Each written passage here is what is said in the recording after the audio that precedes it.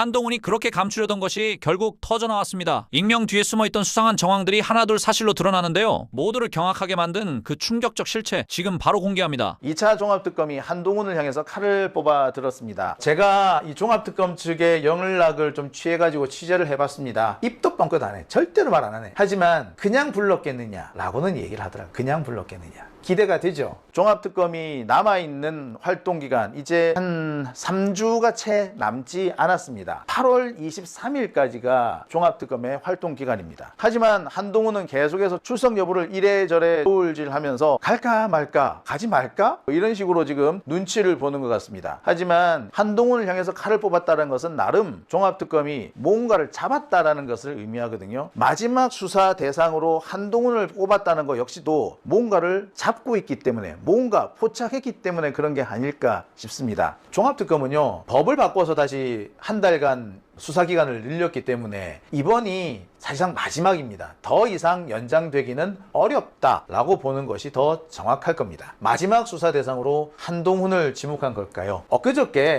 종합특검이 한동훈을 소환하기로 했다라는 이 기사 보셨을 겁니다. 뒤에 언론의 후속 보도가 쏟아질 거라고 생각을 했어요. 갑자기 한동훈에 대한 수사를 한다? 왜? 지금까지는 한동훈이 윤석열 계엄의 피해자인 것처럼 그렇게 돼 있잖아요. 윤석열이가 한동훈 잡아서 무릎 꿇리라는 둥, 한동훈 잡아 족치라는 둥 그렇게 했대잖아. 그래서 마치 한동훈이 윤석열 계엄의 피해자인 것처럼 돼 있는데 종합특검이 그런 한동훈을 수사하겠다라고 하고 있어요. 지금 포착하고 있는 혐의는 계엄 다음날, 내란의 밤 바로 그 다음날 열린 당정대 회의였어요. 삼청동 국무총리 공관에서 당정대 회의가 열립니다. 이날 당정대 회의에는 한동훈과 추경호, 나경원, 김기현 이런 사람들이 참석을 해요. 한덕수, 박성재, 방기선, 이상민 이런 사람들도 여기 참석합니다. 대통령실에서 정진석, 신원식, 홍철호, 김주현 이런 사람들도 여기서 참석해요. 그러니까 윤석열이가 검찰에서 데리고 온 자기 사람들, 자기 최측근들 다 모인 거야. 당시 한동훈이가 윤석열하고 척을 지기도 했지만 사실 원래 한동훈도 윤핵관이잖아. 윤핵관들. 그러니까 이 자리는 당정대 회의가 아니라 윤핵관 회의였던 거예요. 윤핵관 회의가 열리고 난 다음에 그날 밤에는 또 뭐가 열립니까? 이른바 안가회동이라는 게 열립니다. 박성재, 이상민, 김주현 그리고 또 이완규 역시 윤핵관들로만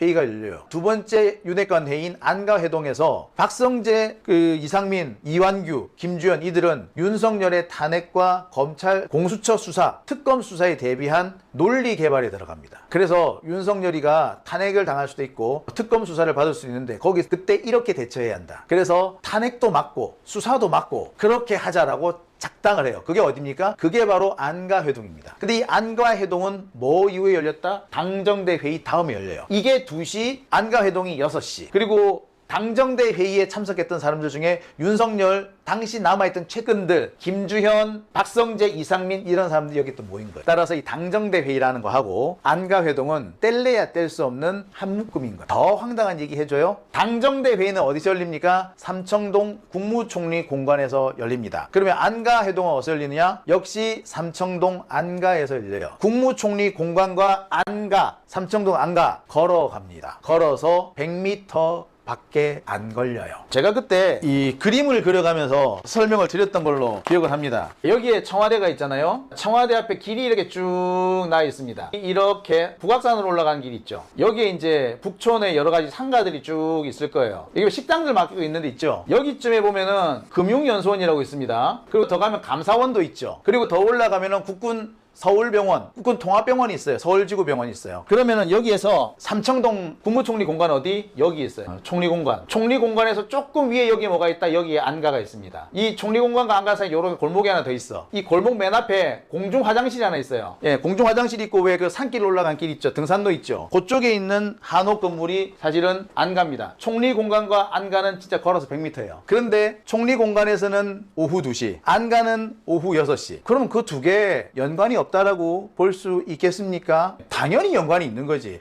참석자도 비슷해. 그리고 그 자리에 한동훈이가 가 있었던 거야. 당정대 회의에. 그러니 당연히 안가회동과 당정대 회의 사이에는 연관성이 있을 거고 이에 대해서 검찰이 수사하지 않았겠습니까? 근데 안가회동에서 뭐가 나옵니까? 거기에서 박성재하고 이상민, 윤석열을 탄핵과 특검 수사에서 구하기 위한 비장의 무기를 서로 교환합니다. 법률 검토 자료를 서로 교환을 해. 박성재는 빨간 봉투, 이상민은 까만 봉투. 그리고 거기서 교환된 내용을 가지고 소위 말해서 윤석열의 탄핵을 막기 위한 작전이 만들어지고요. 나중에 특검 수사에 대비한 작전도 거기서 다 만들어집니다. 지금까지 윤석열이가 법정에서 주장하고 있는 내용들이 있죠. 그 말도 안 되는 어거지 논리, 그 어거지 논리의 시작이 어디냐? 봐 여기에요. 그러면은 한동훈은 여기서 무슨 역할을 했을까요? 수사를 받아야 될까요? 받으면 안 될까요? 지금 한동훈이 수사를 받는 이유는 바로 이 당정대 회의에 대한 겁니다. 한동훈, 추경호, 박성재, 이상민, 김주현, 홍철호, 정진석 등이 참석합니다. 국힘당과 행정부, 대통령실, 내란 주요 임무 종사자들이 다 모인 거예요. 추경호 지금 내란 주요 임무 종사로 재판받고 있죠. 박성재 내란 주요 임무 종사로 징역 25년, 이상민 징역 15년, 김주현 현재 재판받고 있죠. 홍철호, 정진석 재판 아니면 수사 받고 있습니다. 전부 다 내란 주요 임무 종사자들이에요. 누구만 빠졌다? 한동훈만 빠졌네. 다 내란 주요 임무 종사자들인데 한동훈은 왜 빠졌을까? 얘는 정말 클리어할까? 얘는 무죄일까? 객관적으로 그럴 가능성은 매우 낮죠. 그러니 사실 지금에서야 한동훈이 수사를 받는다는 게 저는 잘못됐다고 생각해요. 진작에 수사 받았어야지. 지금까지 한동훈을 빼준 게 누굴까? 저는 그게 조은석 내란 특검이라고 생각합니다. 조은석 내란 특검 이 부분에 대한 수사를 일찌감치 했었어야 돼. 근데 제대로 안 한 거야. 당시 이 당정대 회의에서는 윤석열의 계엄 실패에 따른 후속 조치 그리고 대응 방안을 논의한 걸로 보여요. 이와 관련해 가지고는 이진관 부장판사가 박성재에 대한 내란 주요임무 종사 판결문에 자세히 나와 있습니다. 이진관 부장판사는 한동훈이 참여한 이 당정대 회의에서 윤석열 계엄 실패에 따른 후속 조치, 윤석열 계엄 정당화 논리 등등이 여기서 논의가 된 걸로 봐. 심지어는 뭐도 있다? 윤석열이 이제 앞으로 계속 대통령직 계속 수행할 수 있겠어? 없지. 그러니까 윤석열 대신에 다른 누군가가 정권을 인수받아가지고 과도정부 비슷하게 끌고 가려고 하는 그런 음모도 여기서 진행된 걸로 보입니다. 계엄 실패에 따른 후속 논의라는 것은 윤석열에 대한 탄핵이나 윤석열에 대한 수사를 저지하려고 하는, 어떻게 하면 저지할 수 있겠느냐 이거죠. 여기에서는 한동훈을 제외한 나머지 모두가 윤핵관들, 윤석열 신북입니다. 근데 이 자리에 한동훈이 왜 꼈겠어? 이거는 뭐냐면은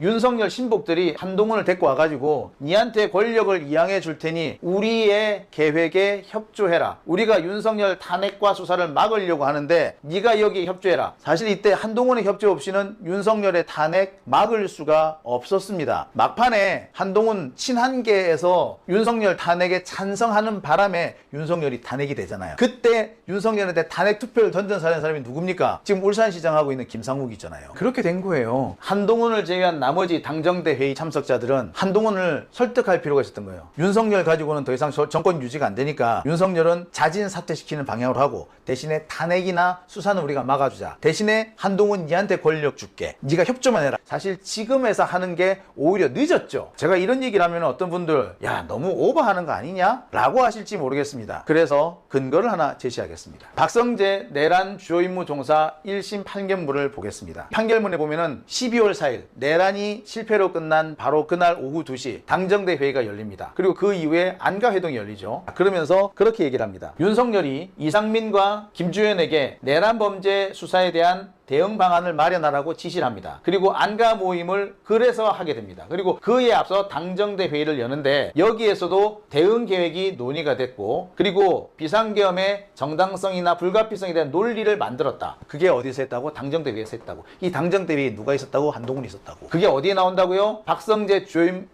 내란 사건 열렸다는 거예요. 그리고 이 안가회동에서 계엄을 정당화하는 문건이 오갔다라는 겁니다. 당정대 회의에서 어떻게 보자면 개밥의 도토리 같잖아. 한동훈 빼고 나머지는 그 당시에도 윤핵관이었잖아. 한동훈만 윤핵관이었다가 튕겨 나온 사람이고. 근데 당시 여당 대표였죠. 여당 대표. 그러니까 윤석열이 그 대통령직을 하야하는 거야. 사퇴를 하는 거야. 그러면은 그 권력을 누군가가 대신해야겠지. 법률적으로 헌법상으로는 그거를 한덕수 국무총리가 대행하게 되어 있습니다. 근데 한덕수는 힘이 없어. 언제든지 나가게 될 수 있어. 그래서 그 힘을 누가 받쳐주라고? 한동훈이가 받쳐주라고. 그래서 뭐 여러분 한한회동이라고 들어보셨나요? 그때 기억하실 겁니다. 한덕수하고 한동훈이가 국정 공동 운영 방안을 냈어요. 기억하시죠? 그 직전에는 윤석열하고 한동훈하고 한남동 관제에서 만납니다. 거기서 국정수습 방안을 논의해요. 그것도 윤석열이가 한동훈한테 만나자라고 오히려 애걸복걸해가지고 만나요. 그리고 그 다음에 뭐가 됩니까? 소위 말하는 한한회동이라는 게 나옵니다. 그리고 그 사이에 윤석열은 2분짜리 담화를 발표하죠. 순서를 볼까요? 윤석열하고 한동훈하고 만납니다. 그 직후에 윤석열이가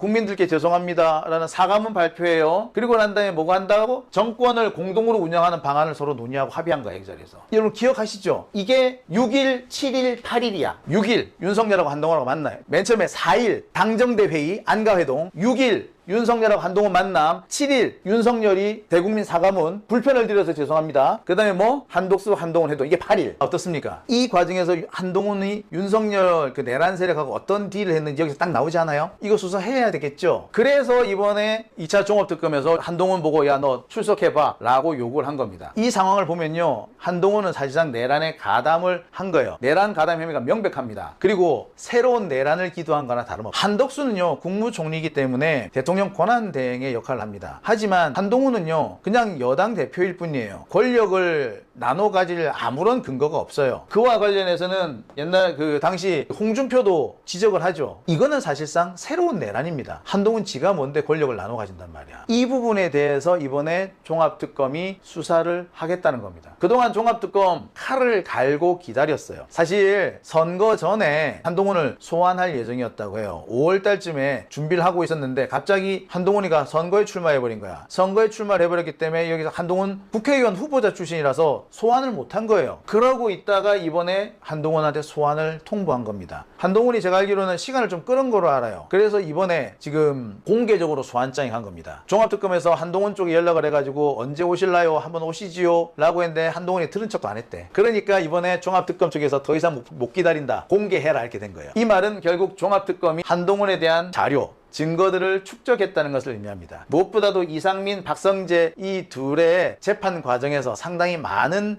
증거들이 확보가 된 거죠. 일단은 참고인이지만 참고인으로 끝날지는 현재로서는 알 수가 없습니다. 특히 한동훈하고 한덕수가 공동으로 정권을 유지하려고 했다. 이거는 법률적으로 분명히 문제가 되는 겁니다. 그죠? 어처구니 없는 짓이야. 그거는. 역사상 제일 어이없었어. 그러니까 지금 특검은 어떻게 생각을 하냐면 윤석열이 비상해제 의결을 국무회의에서 통과시켰을 때 그 내란이 끝난 게 아니고 내란이 끝난 것은 2차 탄핵안이 국회에서 가결됐을 때 직무 정지가 됐잖아요. 그때 내란이 끝났다라고 지금 특검은 보고 있고 그게 재판에서 다 인정이 됐어요. 그러니까 그 사이에 12월 3일부터 14일 사이에 한동훈이 했던 행위들은 내란에 관여가 됐다는 거죠. 그런 행위들을 이제 구체적으로 보면 일단은 제가 봤을 때 12월 4일은 이진관 판사가 일단 쏘아 올린 공이고 그 다음에 이제 윤석열의 대국민 담화 전에 한동훈과 또 면담을 몇 번 하잖아요. 면담을 하고 나서 탄핵 반대 당론을 유지하고 본회의장을 퇴장시키고 행위 집단 불찬으로 무산시킨 거, 직권남용 권리행사 방해가 이제 될 수 있고 한덕수와 한동훈이 공동 담화를 발표한 것, 헌법에 없는, 이거 헌법에 있습니까, 변호사님? 대통령의 권한을 자기들이 정지시키고. 어디 있어? 이걸 굳이 물어봐 전문가한테. 그죠? 나도 하는 말도 거지. 안 되잖아요. 말도 안 돼. 근데 이런 행위들이 내란이 끝나지 않은 기간에 했기 때문에 이게 내란 방조 혐의에 해당된다는 게 전문가들의 의견인데 여태까지 특검이 이걸 수사를 안 했어요. 그건 문제였지. 우리 그 법조인의 관점에서는 일리 있는 지적이라고 보십니까? 네, 아주 다 잘 분석을 하시고. 근데 이제 보면 뭐 하나 그냥 뭐 두서없이 말씀드리면 그 검찰에 있는 공무원들은 자기가 무혐의 받을 수 있다는 자신감들이 좀 있습니다. 왜냐하면 진술을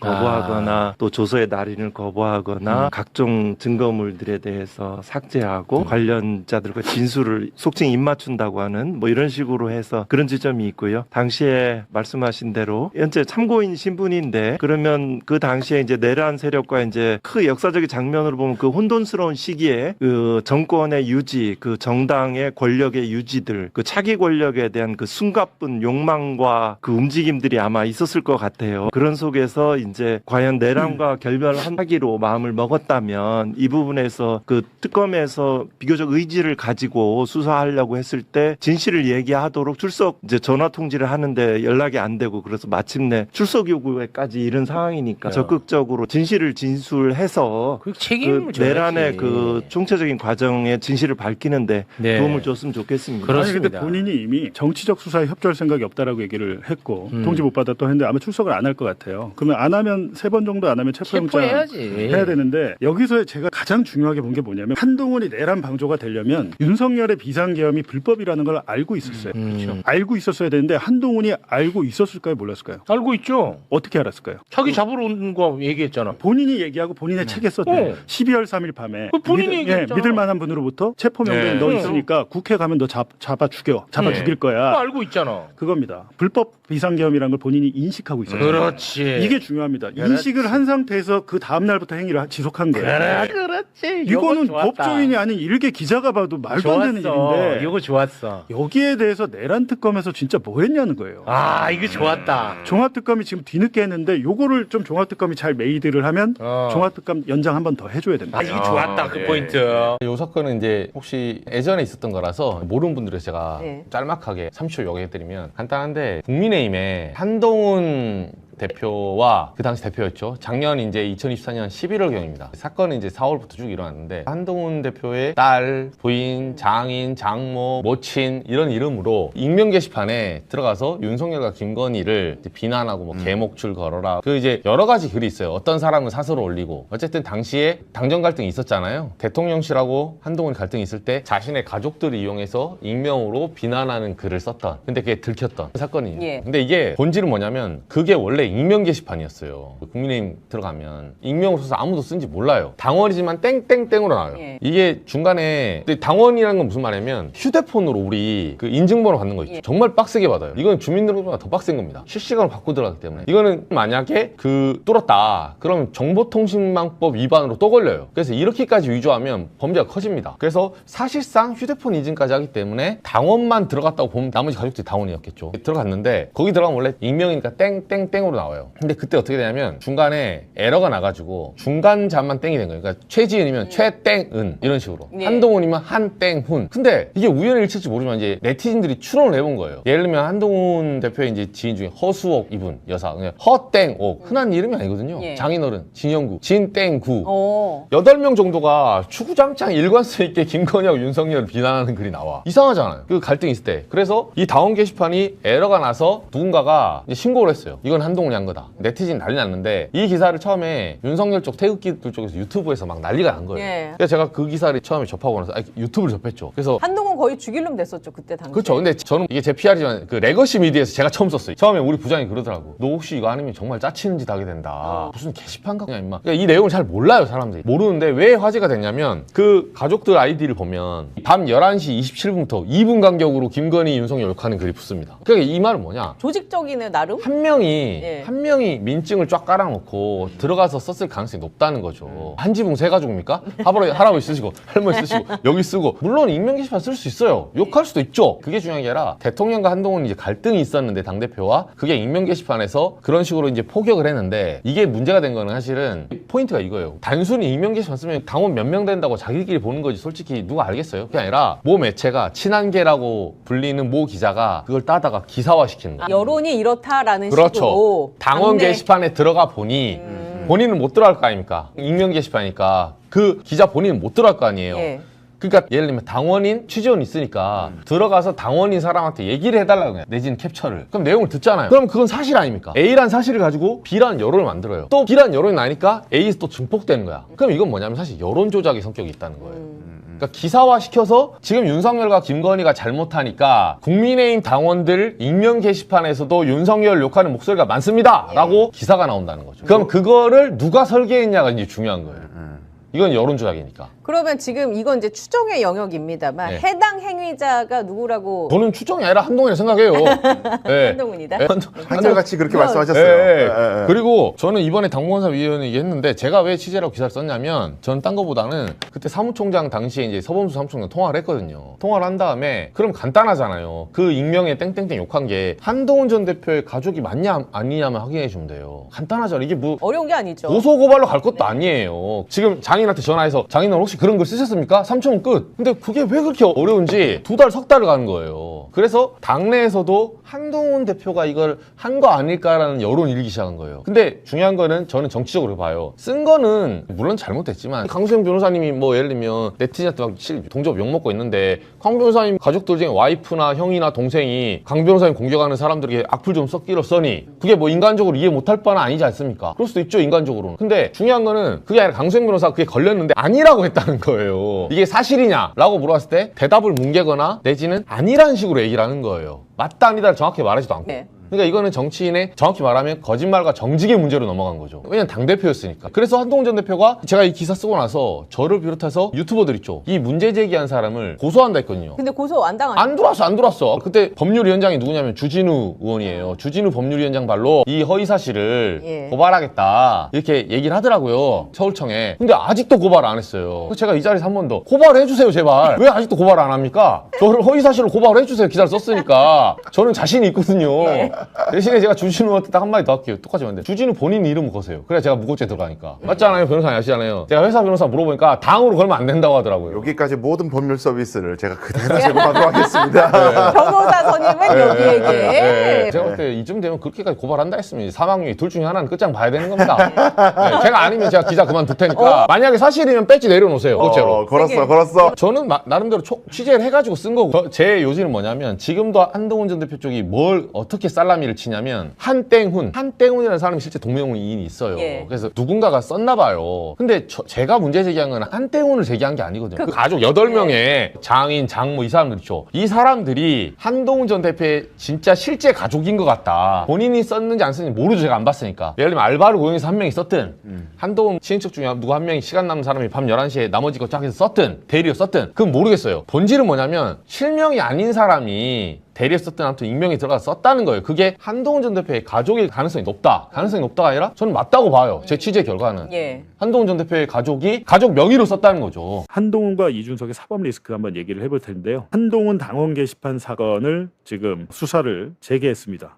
이 사건 기억하실 겁니다. 한동훈이 자기가 당대표였을 때 가족들 이런 게시판 그런 명의들로 해가지고 게시판에다가 김건희 욕하고 윤석열 욕 엄청 했잖아요. 이게 범죄입니다. 그냥이 아니고 이제 남의 국민의힘의 업무 방해를 한 거기 때문에 범죄가 돼서 장동혁이 최근에 얘기한 게 그거잖아요. 한동훈은 해당 행위로 제명된 게 아니고 범죄자여서 우리가 제명한 거야 라고 얘기했잖아요. 근데 이게 범죄는 맞아요. 그래서 지금 수사를 하고 있어요. 이 수사가 사실은 국민의힘을 압수수색하려다가 멈췄습니다. 근데 그때 장동혁이 원래는 주위에서 말리니까 그냥 한동훈을 제명하고 말자 된 거죠. 근데 한동훈이 의원에 당선될지 몰랐던 거죠. 그때는. 이제 의원이 당선되다 보니까 굉장히 이제 불안한 상황이 된 것 같아요. 근데 이 상황에서 경찰이 다시 단계 조작 수사를 재개했습니다. 그래서 당원 게시판의 관리인인 손모 씨를 인천경찰청 반부패 수사대가 불러가지고 조사를 하고 있습니다. 지금 장동혁이라면 당원 게시판 서버 압수수색을 허용할 것 같아요. 한동훈 전 대표가 당대표 시절 운영된 국민의힘 당원 게시판에 친한계 인사 당원 명단이 올라왔다는 의혹. 김건희, 윤석열을 막 비방하고 근데 한동훈은 당시에 칼럼 같은 것을 가족들이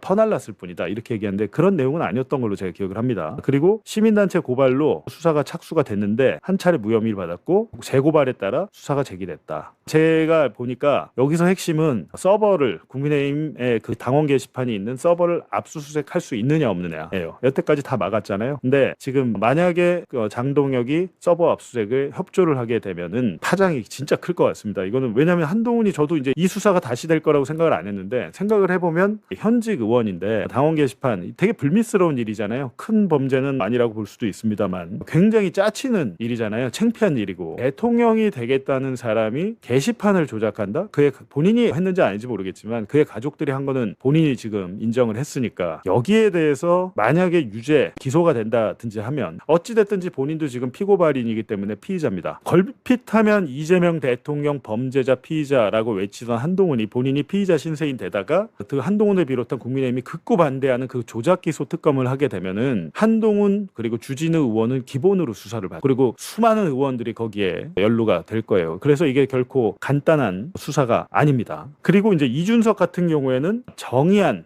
부산시장 후보였죠. 선거 공작, 음료수 테러, 자작극 테러 해가지고 지금 구속됐잖아요. 근데 여기에 대해서 지금 지들끼리 엄청 싸우고 있어요. 이것도 좀 되게 볼만한 관전 포인트인데 이준석 같은 경우는 몰랐다는 거잖아요. 정의하는 국민의힘 보좌관 했던 사람이고 마치 국민의힘에서 배후 공작이 있는 것처럼 얘기를 하고 있습니다. 이 얘기는 뭡니까? 야, 국민의힘 니네가 사주해가지고 같이 공범으로 벌인 거 아니야? 라는 얘기를 지금 이준석이 하고 있는 거예요. 근데 나는 몰랐다고 빠지면서. 근데 한동훈은 여기에 대해서 뭐라고 하냐면 야, 이준석 너 자작극 그거 언제 알았어? 너 알고 있었지? 알고 있으면서 왜 안 잘랐어? 선거 전에가 알았는지 여부 밝혀 라고 한 겁니다. 라고 하니까 지금 되게 웃긴 게 이준석하고 한동훈하고 둘이 지금 싸우고 있어요. 재밌는 현상이 벌어지고 있어요. 근데 이게 지금 수사가 벌어지고 있고 정의하니까 구속됐습니다. 근데 정의하고 구속됐는데 제가 보기에는 경찰이 이거를 제대로 수사한다면 개혁신당까지도 수사가 확대될 겁니다. 그리고 이 자작극 테러가 정의한 개인의 일탈인지 아니면 배후가 있는지를 수사를 당연히 할 거잖아요. 당연히 개혁신당과 이준석 같은 지도부까지도 수사가 확대될 가능성이 있다라는 겁니다. 그리고 그 정의한이가 구속된 상태에서 경찰에 어떤 얘기를 했는지 한번 그 입을 지켜볼 필요가 있습니다. 아마 나 혼자는 못 죽어라고 나올 가능성이 큽니다. 정의한이. 그래서 요거는 제가 볼 때는 이준석에 좀 리스크가 될 것 같다.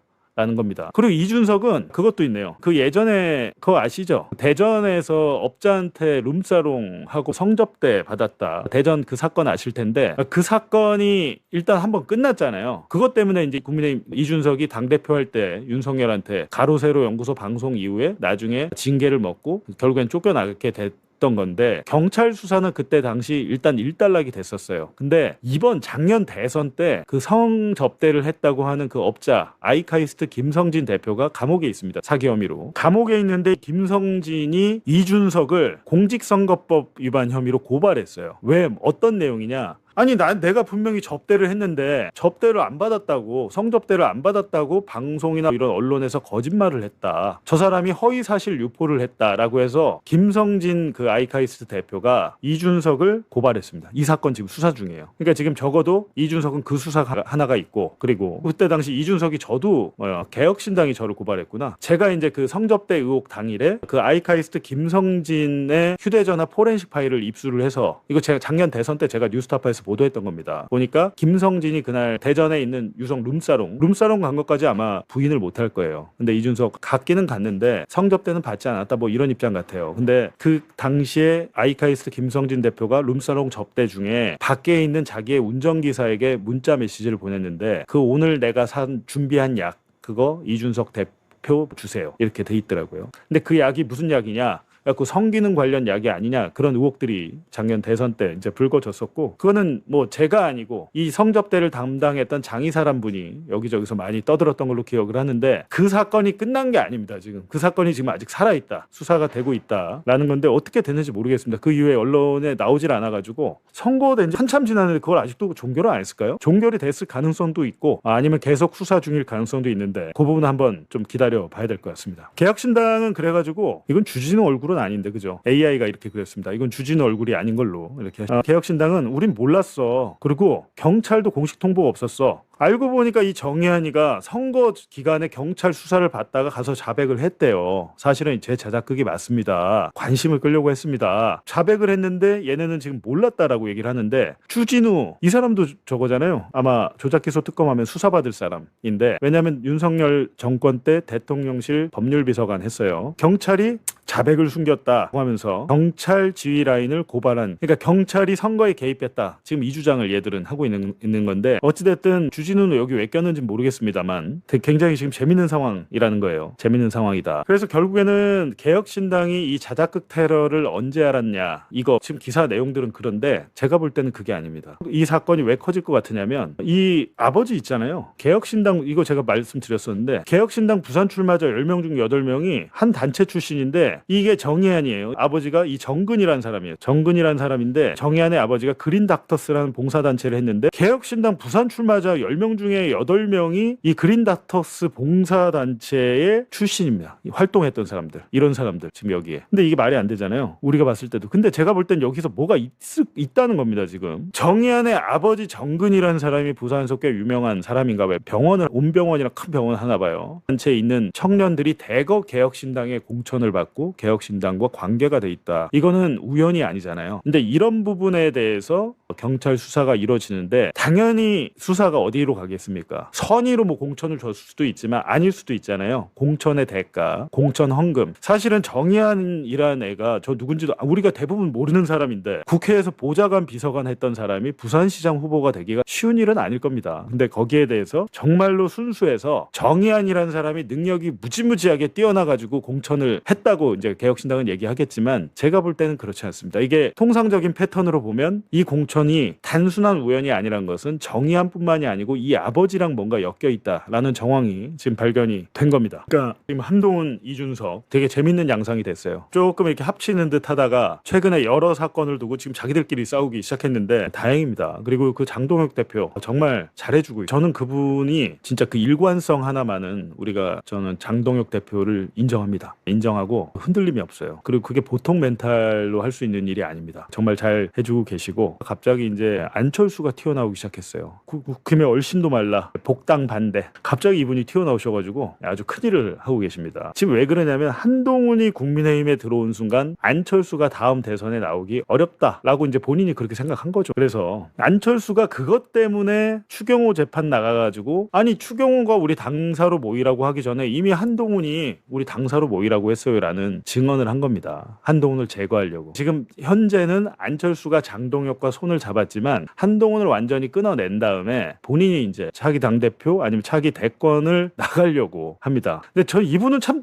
존경스럽지 않나요? 저는 항상 그런 생각이 드는데 무릎팍도사 강호동 있을 때 나가가지고 그때 이후로 정치인의 길을 쭉 이렇게 많이 컸잖아요. 그때 이후에. 근데 이분의 멘탈도 정말 쉽지는 않아 보인다. 그래서 지금 안철수, 한동훈 엄청나게 지금 다투고 또 있습니다. 제 생각에는 한동훈이 복당하기는 쉽지는 않겠다. 이렇게 되면 장동혁이 외로웠는데 지금 안철수와 손을 잡게 됐네요. 안철수는 꿈의 대통령. 그렇죠. 그냥 차라리 의사, 봉사활동 계속했으면 굉장히 존경받는 공인이 됐을 텐데 안타깝죠. 그러니까 정치를 하면 저렇게 망가지나 생각도 듭니다. 근데 오늘 제가 참 이 기사 보고 기가 막혔는데요. 조갑제 아시죠? 이재명 대통령이 조갑제와 정규제를 청와대로 불러서 그때는 대통령실이었을 텐데 밥도 대접하고 원로 대우도 해주고 그랬는데 이분이 지금 갑자기 열폭을 하면서 보안수사권 폐지, 대통령이 거부권 안 쓰면 탄핵 사유라는 말을 오늘 라디오에서 했습니다. 보안수사권 폐지 개정, 그러니까 형사소송법 개정안을 이재명 대통령이 거부권을 쓰고 안 쓰고는 이재명 대통령 마음이겠는데 거부권을 안 썼다고 해서 그게 탄핵 사유가 되나요? 저는 이분의 정신세계가 굉장히 희귀해 보이는데요. 이게 여러분 납득이 되세요? 지금 이런 얘기를 했어요. 자기 생각대로 안 되면 대통령이 탄핵돼야 되는 겁니까? 더구나 이재명 대통령 막 칭찬하고 대선 때 작년에는 이재명 대통령의 거의 일방적인 마치 그런 선풍적인 인기로 이제 뭐 될 것 같으니까 당선될 것 같을 때는 그렇게 아부를 하더니 이제 와서 이런 얘기를 한다? 이분이 1945년생이신데요. 나름대로 기자사회에서는 꽤 탐사보도 기자로 유명했다가 도선을 가면서 사람이 조금 이상해졌어요. 이상해졌는데 잠깐 작년에 윤석열이 탄핵 일으키니까 그걸 또 비판하면서 그러면서 이분이 내세우는 게 뭐냐면 한동훈입니다. 결국에는 이 사람이 이런 이유가 있는 거예요. 그냥 이러는 이유는 한동훈을 다음 대선 후보로 만들려고 하는 사람 중에 한 명이다. 그 이상도 이하도 아니다라는 겁니다. 그러면서 이 기자회견